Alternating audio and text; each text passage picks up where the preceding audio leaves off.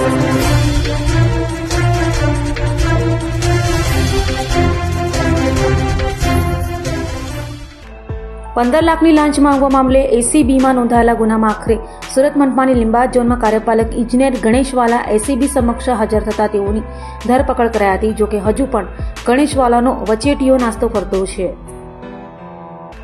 સુરત એસીબીમાં ગત 20મી ફેબ્રુઆરીના રોજ એક બિલ્ડર દ્વારા તેઓના બાંધકામને ગેરકાયદે હોવાનું કઈ નોટિસ આપ્યા બાદ ડિમોલિશન કર્યા બાદ લીંબાયત ઝોનના ઝોનલ અધિકારી વિપુલ ગણેશવાલાના વચેટિયા ઇસ્માઇલ ઉર્ફે પરવાના જમીલ ખાન પઠાણે 21 લાખની લાંચની માંગણી કરી હતી. અને અંતે 15 લાખમાં નક્કી થયા બાદ 4 લાખની લાંચ અપાઈ. ત્યારે જ એસીબીએ ગોઠવેલા છટકાની જાણ થતાં ગણેશવાલાનો વચેટીયો ઇસ્માઇલ ઉર્ફે પરવાના ભાગી છૂટ્યો હતો. જોકે આ મામલે એસીબીમાં ફરિયાદ નોંધાતા ગણેશવાલા અને પરવાના ભાગી છૂટ્યા હોય.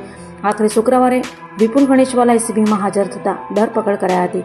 જોકે તેના વચેટિયા પરવાનાને ઝડપી પાડવા એસીબીએ ચક્રો ગતિમાન કર્યા છે. ગઈ તારીખ 20 ફેબ્રુઆરીના રોજ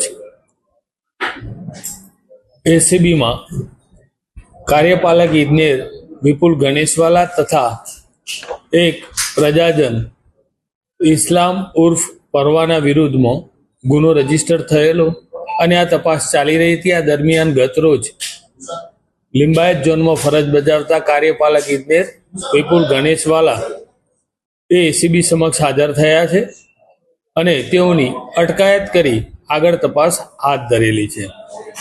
આ કામના આરોપી પરવાના તથા આ ગણેશવાલા એ લગભગ સતત છેલ્લા ઘણા સમયથી આ સેમ એમોથી આવા ગુના આચરી રહ્યા હોય એવી સંભાવના છે. એ મુદ્દે તપાસ ચાલે છે જણાઈ રહેલું છે.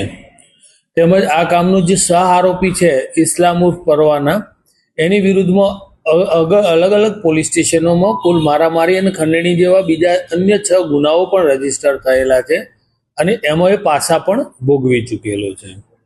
તથા આ કામના જે આરોપી છે ગણેશવાલા એમના લોકરમાંથી જે સોના ચાંદીની જણસ મળેલી છે એ સંદર્ભના એવિડન્સ ચકાસણી ચાલી રહી છે.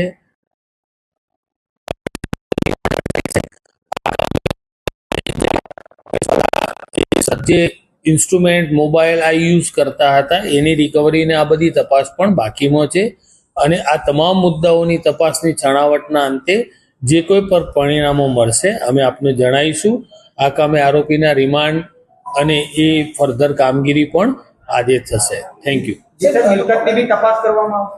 હા, જે બી પુરાવાઓ મળશે તમામ ઇન્વેસ્ટિગેશન કરવામાં આવશે.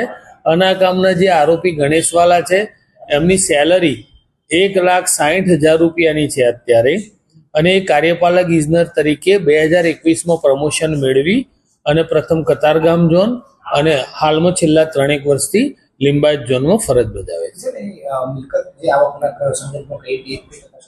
હા, એ જે બી પુરાવાઓ મળશે એમને જ્યારે જે એવિડન્સ મળશે એ મુજબ આગળની અમે તમામ તપાસ કરીશું.